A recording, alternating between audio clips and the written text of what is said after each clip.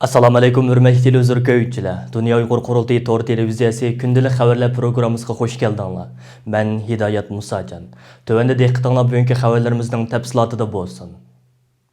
Amerika prezidenti Joe Biden'ın Xitoy dövlət rəisi Xi Jinping bilan o'tkazgan tunji telefon ko'rishmasida Uyg'urlar masalasini tilga elishi, chet ellardagi Uyg'urlarni alohida mamnun qilish bilan birga, G'arb matbuotlarining kuchli diqqatini qo'zg'adi.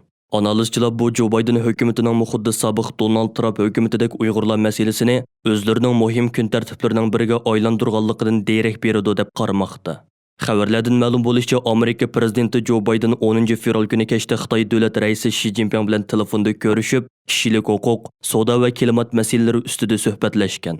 Oqsaroyning bu vaqtdagi bayonotida mundaq deyilgan: Prezident Biden suhbatda Amerika xalqining bexatarligi, gullanishi, sağlamlığı ve turmuş usulunu qoğdaş, erkin ve ochiq Hindi Tinch okean rayonunu qoğdaşdek öz siyasetidagi muhim nuqtalarni muayyanlashtirdi. Ma'lum bo'lishicha, Prezident Biden suhbatda Xitoyning Sharq Turkistonda yo'lga qo'yayotgan siyosatlari haqidagi andishlarini ifoda qilgan bo'lib, Oqsaroy bayonotida bu vaqtdagi inchki tafsilotlar ustida to'xtalmay turib tuvandagilarni degan. Prezident Biden Beijingning majburlash xarakteridagi adolatsiz tijorat usuli, Hong Kongdagi bostirish, Xinjiangdagi kishilik huquq dafsandichiligi, Tayvan ve şundaqlar rayondaki zo'magarlik pozitsiyasi haqidagi kuchlik andisini ta'kidladi. Bu Amerika prezidenti Joe Biden vazifaga o'ltirgandan buyon tunji qitim Xitoy davlat raisi Xi Jinping bilan suhbatlashishi bo'lib, uning tunji suhbatida ikki davlat orasidagi yadroliq farqlarga vakillik qiladigan kishilik huquq, savdo va xalqaro bexatarlik masalalarini o'tirg'i qo'yishi diqqat qo'zg'aydi ekan. Wall Street Journal'ның xabaridan qaraganda, Prezident Joe Biden 10 fevral kuni Xitoy davlat raisi Xi Jinping bilan ko'rishishdan burun Yevropa va Osiyodagi bir turkum ittifoqdoshlari bilan so'zlashgan bo'lib, bu uning Xitoyga yolg'iz taqobil turishni emas, balki har qaysi demokratik sherik davlatlarning lideri sifatida Xitoyga o'rtaq taqobil turishni ko'zlayotganligidan bishorat berdi ekan. Ma'lum bo'lishicha, ishki rahbariyani koronavirusi yuqumiga qarshi turish, dunyo sahiya bexatarligi, klimat o'zgarishi va yadro qurollarining kengayib ketishining oldini olish qatorliq masalalar ustida fikr almashtirgan.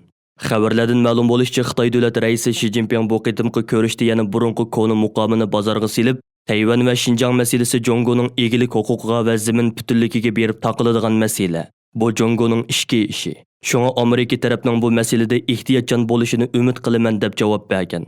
Bu munosabat bilan Tayvan Sayyangmin hukumati 11 fevral kuni bayonot e'lon qilib, Amerika prezidenti Joe Bidenning Xitoy davlat raisi Xi Jinping bilan o'tkazgan tunji telefon ko'rishmasida Tayvan masalasini alohida tilga olganligiga rahmat bildirdi. Dunya Uyg'ur qurultiyyi 11 fevral kuni Joe Bidenga bo'lgan rahmatini bildirgan edi. Sobiq Donald Trump hukumatining Xitoyning Uyg'urlarga qaratgan zulmlarini rasmiy irqiy qirg'inchilik va insoniyatga qarshi jinoyat deb olgan qarori boshqa g'arb davlatlariga bevosita ta'sir ko'rsatishga boshladi. 10 fevral kuni Belgiya parlament a'zolaridan Samuel va Voiter birlikda Xitoyning Uyg'urlarga yurgizayotgan jinoiy qilmishlarini rasmiy yo'sinda irqiy qirg'inchilik deb tonish va Belgiya hukumatining bu xil qirg'inchilikning oldini olish uchun Xitoyga qarata jiddiy jazolash va cheklash tadbirlarini yo'lga qo'yish haqida Belgiya parlamentiga taklif loyihasi sunib, Belgiya hukumatini bu vaqtda maxsus qaror olishga chaqirdi. Bu Yevropa Birligiga a'zo davlatlarning parlamentida Xitoyning Uyg'urlarga yurgizayotgan jinoiy qilmishlarini rasmiy yo'sinda irqiy qirg'inchilik deb tonish haqida sunilgan tunji taklif loyihasi bo'lib, Belgiya parlamentidagi Ecolo Green guruhiga mansub parlament a'zolarining bu taklif loyihasi xalqaro kishilik huquq tashkilotlarining zo'r olqishiga erishdi. Dunya Uyghur qurultayyi 11 fevral kuni bu munosabat bilan maxsus bayonot e'lon qilib, mazkur taklif loyihasini hozirlab sungan Belgiya parlament a'zolaridan Samuel va Voiterga butun Sharq Turkiston xalqi nomidan alohida minnatdorlik bildirish bilan birga, Yevropa Birligiga a'zo boshqa davlatlarning parlament a'zolarini ulardan ulgu olishga chaqirdi. Yuqorqi taklif loyihasini sungan Belgiya parlament a'zolaridan Samuel apandi o'zining ijtimoiy taratqularda bu vaqtda e'lon qilgan bayonotida zulmga sukut qilishning o'zi zulmga sherik bo'lganlikdir. Amerika bu vaqtda qaror qabul qilgan ekan, biz nima ish qilolmaymiz. 1945-yildan keyin hamda aslo takrorlanmaydi deyilgan hodisa qayta takrorlanyotadi. Qachongacha sukut qilib turamiz? Kelinglar, g'ayrat qilaylik. Xitoyning Uyg'urlarga yurgizayotganligini irqiy qirg'inchilik deb tonigan tunji Yevropa davlati bo'laylik. Belgiya matbuotlarida bayon qilinishicha, mazkur taklif loyihasi oldimizdagi haftalarda muzokaraga qo'yildi ekan. Dunya Uyghur qurultiyining raisi Dolqun Aysa apandi bu vaqtda qilgan so'zida yuqorqi taklif loyihasining ahamiyati haqida to'xtalib, Belgiyaning bo'lsa Yevropa Birligining markazi ekanligini, Yevropa Komissiyoni, Yevropa parlamenti va Yevropa birligining boshqa muhim organlarining Belgiyaning poytaxti Brükselga joylashganligini, agar Belgiya parlamenti tarafidan Xitoyning Uyg'urlarga yurgizayotgan jinoiy qilmishlarini rasmiy yo'sinda irqiy qirg'inchilik deb tonish haqida qaror qabul qilingan taqdirda, buning Yevropa birligiga a'zo 27 davlatning hukumat va parlamentlariga, shundaqla Yevropa parlamentiga bevosita ta'sir ko'rsatadiganligini ta'kidladi.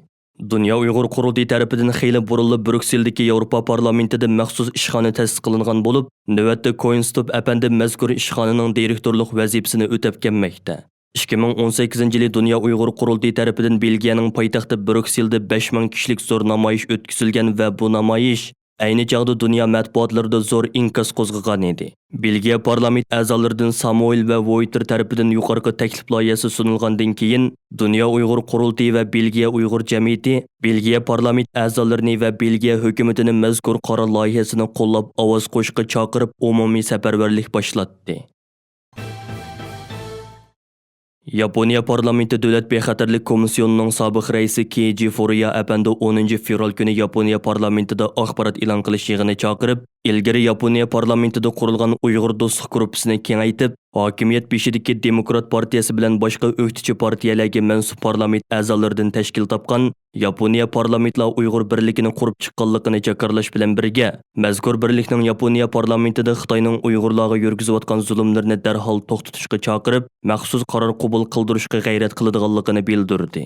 Yaponiya parlamentlar Uyg'ur birligining yangi raisligini mamnuniyat bilan o'z ustiga olgan Keiji Furuya apandi tarafidan o'tkazilgan bu qitimqi axborot e'lon qilish yig'iniga Yaponiya parlamentida Uyg'ur masalasini izchil qo'llab kelayotgan sobiq va navbatdagi parlament a'zolari, Yaponiyadagi har qaysi partiya va ommaviy tashkilotlarning vakillari va Yaponiya Uyg'ur jamiyatining rahbarlaridan bo'lib ko'p sonda kishi qatnashdi. Yaponiya Uyg'ur jamiyatining raisi Abdukerim Abdurahman apandi bu munosabat bilan stansimizga qilgan so'zida, Yaponiyadagi hukumat va parlament saylovlari sababidan bundan bir qancha yil burun Yaponiya parlamentida qurilgan Uyg'ur do'stlik guruhining faoliyatlarining bir mahal uzilib qolganligini, bugungi kunga kelganda uning texmi zo'raygan shaklda qayta asliga keltirilishining Xitoyning Uyg'urlarga yurgizayotgan irqiy qirg'inchiligini Yaponiya parlamentida pat-pat kun tartibga elib kelish uchun nihoyatda afzal bir muhit yaratadiganligini bayon qildi.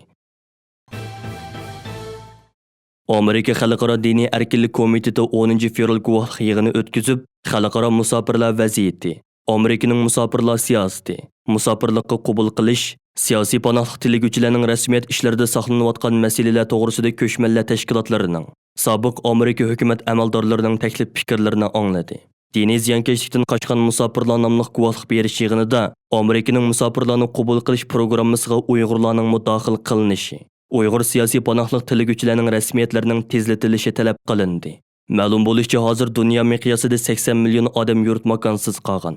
Yig'inda Amerika Xalqaro diniy erkinlik komitetining komissari Nuri Turkel xalqaro jamiyatning siyosiy foyda va siyosiy manfaatni deb 80 million odamning makonsiz qilishiga yo'l qo'yganligini tanqid qildi. U mundaq deydi: Xalqaro jamiyat yaqinqi 10 yil ichida Yazidiylar, Rohingyalar va Uyg'urlarga qarshi 3 irqiy qirg'inchilik harakatiga shohid bo'ldi. Mana bu 80 million insonning makonsiz qilishining sababi bo'lib, xalqaro jamiyat buni hal qilmadi. Siyosiy foyda va siyosiy manfaat siyosatchilarning qarshi harakat qilmasligi buningga yo'l ochdi. Hatto hozirmi dunyo irqiy qirg'inchilik elib berayotgan Xitoydek davlat bilan savdo qilyotadi. Nuri Turkel yana mundaq dedi: Uyg'urlar yurt makonsiz musofirlar deb qaraladigan bundaq turdagi musofirlar emas. Xitoy ularning yurtidan ayrilishiga yo'l qo'ymaydi. Yaqinqi 4 yil mobaynida musofir bo'lganlar yo'q. Ular buningdan burun ayrilganlarni o'zining diplomatik, iqtisodiy ta'sir kuchini ishlatib qaytarib kelgan. Nurg'un kishilarning Qozog'iston, Tailand, Kamboja, Misrdan qaytarib kelinganligini ko'rdik. Bu ahvolda bizning tekshirish bosqichimiz jiddiy masalalarga duch kelishi mumkin. Chunki Uyg'urlarga aloqador kamsitish xarakterlik uchur bak ko'p. Mazkur guvohlik yig'ini Prezident Bayden 4 fevral Amerikaning musofirlarni qabul qilishni ko'paytirganligi, 2021 yili 62 mingga, 2022 yillik planda 125 mingga yetkaziladiganligini e'lon qilib, orqadan o'tkazilgan. Amerikaning musofir qabul qilishi 2020 yili 15 mingga tushib qolgan bo'lib, bu jarayonda siyosiy panohlik tilaguvchilarning, xususan Uyg'ur panohlik tilaguvchilarining panohlik rasmiyati ostilab ketgan. Nurg'un panohlik tilaguvchilar o'zlarining suhbatga chaqirilishini yoki panohlik iltimosining javobini saqlab kelmoqda. Angliyaning dunyoga dаңлык BBC axborot kanalining Sharq Turkistondagi jazo lagerlariga qamalgan ayol tutqunlarning Xitoy erlarining kollektiv bosqinchilik qilishiga va jinsiy zo'ravonligiga uchirganligi haqidagi xabar doklati e'lon qilingan 2 fevral kunidan buyon Xitoy hukumatı BBC kanaliga qarshi umumiy hujum boshlatgan edi. Xitoy hukumatı 11 fevral kuni Angliya radio televiziya idorasi BBCning bir yuri saxta ma'lumotlarni tarqatganligini ilgari surib, uning Xitoyda tarqatish ilib berishini cheklaganligini jakarladi. Shinxuatorning xabar qilishicha Xitoy davlatlik radio televiziya idorasining bu vaqtdagi bayonotida mundaq degan. BBCning Dunyo xəvərləri kanalı Xitoyga münasibətli xəvərlərdə radio televiziya boshqurish va chet el sun'iy hamroh televiziya kanallarını boshqurish belgilemələrdəki xəvərlər cho'qim to'g'ri va betaraf bo'lishi kerakligidek belgilamaga ig'ir darajada xiloflik qilganligi bayqaldi. Bu xəvərlər Xitoyning davlat manfaati va milliy ittifoqligiga buzg'unchilik qildi. BBC Dunyo xəvərlərinin Xitoy zaminida tarqatishini davomlashtirishiga yo'l qo'yilmaydi. Xitoy radio televiziya idorasi bu kanalning yangi yillik tarqatish iltimosini qabul qilmaydi degan. Biroq BBC televiziyasi Xitoyning ayblashlarini rad qilib, o'zlarining haqiqatni xabar qilganligini bildirdi. Xitoy doiralarining BBCni Xitoydan cheklashi ijtimoiy taratqularda kuchlik norozilik qo'zg'adi. Shundaqdimi ko'pincha kishilar Xitoyning bu harakatidan hayron qolmaganligini, chunki Xitoyning azaldan zolim siyosatlarni ijro qilib kelayotgan bir diktator hokimiyat ekanligini bildirishdi. Analizchilar kommunist Xitoy hokimiyati BBCni cheklash orqali o'zining axborot erkinligi va fikr erkinligining eng zo'r dushmani ekanligini yana bir qitim oshkorlab berdi deb qaramoqda. Anqaradagi Xitoy elchixonasi oldida norozilik bildirayotgan lager qurbonlari yaqinlari tushgan mehmonxonaning soqchilar tarafidan qo'rishib ilinib Uyg'ur namoyishchilarining sirtqa chiqishining cheklanishi chet ellardagi Uyg'urlarning kuchli noroziligini qo'zg'adi. 9 fevral kuni lager qurbonlari yaqinlarining Anqaradagi Xitoy elchixonasi oldida ilib berayotgan tinch norozilik faoliyati to'sqinlikka uchrab, ulardan ba'zilari turk xavfsizlik xodimlari tomonidan tutqun qilingan. Hatto ba'zi namoyishchilar yaralangan edi. İstanbuldan kelib Anqaradagi Xitoy elchixonasi oldida tinch usulda norozilik faoliyati ilib berayotgan Uyg'ur yoshlari Anqaradagi bir mehmonxonaga tushgan bo'lib, 10 fevral kuni bu mehmonxona turk soqchilari tomonidan qo'rishovga ilindi va faoliyatchilarning mehmonxonadan ayrilishi butunlay cheklandi. Mehmonxonadan bu vaqtda ijtimoiy taratqular orqali dardini anglatgan namoyishchilar, hatto soqchilarning salomatligi nacharlashgan bir ayol namoyishchini doktorxonaga opirishga ruxsat qilmaganligini bayon qildi.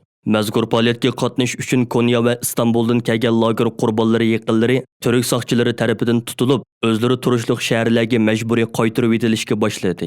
Egilinishchi turk xavfsizlik xodimlari tomonidan mehmonxonadan chiqishi cheklangan lager qurbonlari yaqinlari Anqara valiyligining taklifi bilan bu masala haqida so'zlashgan. Ma'lum bo'lishicha, Anqara valiyligi lager qurbonlari yaqinlarining Xitoy elchixonasining oldida millat navbatda faoliyatini ilib berishiga ruxsat qilmaydiganligini, faqat mehmonxonaning ichida axborot e'lon qilish yig'ini ossa bo'ladiganligini aytgan. Turkiyada ilib berilayotgan lager qurbonlari yaqinlarining millat navbatda faoliyati Turkiya soqchi doiralarining to'sqinligi va mudohalasiga uchirmoqda. Bu ahvolning O'rta Osiyo jumhuriyatlarida yuz berayotganligi ilgari surilmoqda. Kuzatuvchilarning qarashicha Xitoyning Turkiya va O'rta Osiyoda ilib berayotgan iqtisodiy va diplomatik faoliyatlari mazkur davlatlardagi Uyg'ur faoliyatchilarining ish harakatlarining cheklamaga uchrishining asosiy sababi hisoblanadi ekan. Norvegiya bilan Xitoy taraf o'rtasida erkin savdo kelishimi imzolanish oldida turayotgan bir paytda Norvegiyadagi hokimiyat beshida bo'lgan har qaysi partiyalarga tava 8 yoshlar partiyasining qo'llashi bilan Norvegiya Uyg'ur komiteti va Uyg'ur adliya arxiv omburini o'z ichiga olgan 14 tashkilot va organ Norvegiya hukumatiga shikoyatnoma yo'llab, hukumatdan Xitoy bilan bo'ladigan erkin savdo kelishimini bekor qilishni talab qildi. Shuning bilan birga Norvegiya Uyg'ur komiteti, Norvegiya Tibet komiteti, Norvegiya Hong Kong komiteti va Norvegiya Tayvan do'stlik jamiyati qatorliq 4 tashkilot birlashib 9 fevral kuni tor orqali Xitoyga qarshi ochiq axborot e'lon qilish yig'ini o'tkazdi. Shikoyat maktubida Norvegiya Xitoy o'rtasidagi erkin savdo kelishimini bekor qilish, ikki tarafning munosabatini normallashtirishni amaldan qoldirish, kishilik huquqni iqtisodiy manfaatning oldiga qo'yish qatorliq 3 turlik talab o'tirg'i qo'yilgan. 2010 yılı Nobel Tinchlik mukofoti Xitoy kishilik huquq faoliyatchisi Liu Xiaobo'ga berilgandan keyin Norvegiya bilan Xitoyning munosabati buzilgan va ikki taraf o'rtasidagi surkilish 6 yil davomlashgan. 2016 yiliga kelganda Norvegiya bilan Xitoy o'rtasida ikki tarafning munosabatini normallashtirish deydigan bir kelishim imzolangan. Kelishimning ro'yiga binoan Norvegiya taraf Xitoyga har sohada zo'r darajada yo'l qo'ygan va davomli yo'l qo'yishga majbur vaziyatga tushib qolgan. Norvegiyaning 2020 yillik Nobel tinchlik mukofotini Xitoy turmisidagi o'qituvchi Uyg'ur ziyolisi Ilhom To'xtiga berishga jur'at qilolmasligiga mazkur kelishim sababchi bo'lgan. Bu tufayli Norvegiyadagi Xitoyga qarshi faoliyatchilar bu kelishimni amaldan qoldirishni talab qilgan. Norvegiya Uyg'ur komitetining raisi, Uyg'ur adliya arxiv ombirining mudiri Baxtiyor Umar apandi bu vaqtda istansimizga ma'lumot berib mundoq dedi. Assalomu alaykum, dunyo barliq qarindoshlar. Hozir biz Norvegiya Uyg'ur komiteti, Norvegiya Hong Kong komiteti, Tibet komiteti, shundoqla Tayvan komiteti birlikda Norvegiyadagi yoshlar partiyalari va kishilik huquq tashkilotlari bilan birlashib yozgan xatimizni Norvegiya Sog'liq sanoat va baliqchilik ministrligi shundoqla tashqi ishlar ministrligiga topshirdik. Buningki bu xatniki tafsilotini soat 2dagi muxbirlarni kutib olish yig'inida texnik tafsili bilalasizlar. Bu xatniki asosli 3 mazmuni bor bo'lib, buningki birisi Xitoy bilan Norvegiya orasidagi erkin savdo kelishimini to'xtatish, ikkinchisi normallashtirish kelishimini, ya'ni 2016-yildagi normallashtirish kelishimini to'xtatish, shundoqla kishilik huquqni savdo sanoat va iqtisodning oldiga qo'yish. Hürmetli televizor köyücüler, yuqorida Dünya Uyghur qurultayı to'g'ri televiziyasi күндىلىك xəvərlər пируграммисini diqqətinizə sunduk. Yaxtırıb köygününizə rəhmət. Keyin qitimliq proqramını görüşəyli. Xeyir xoş.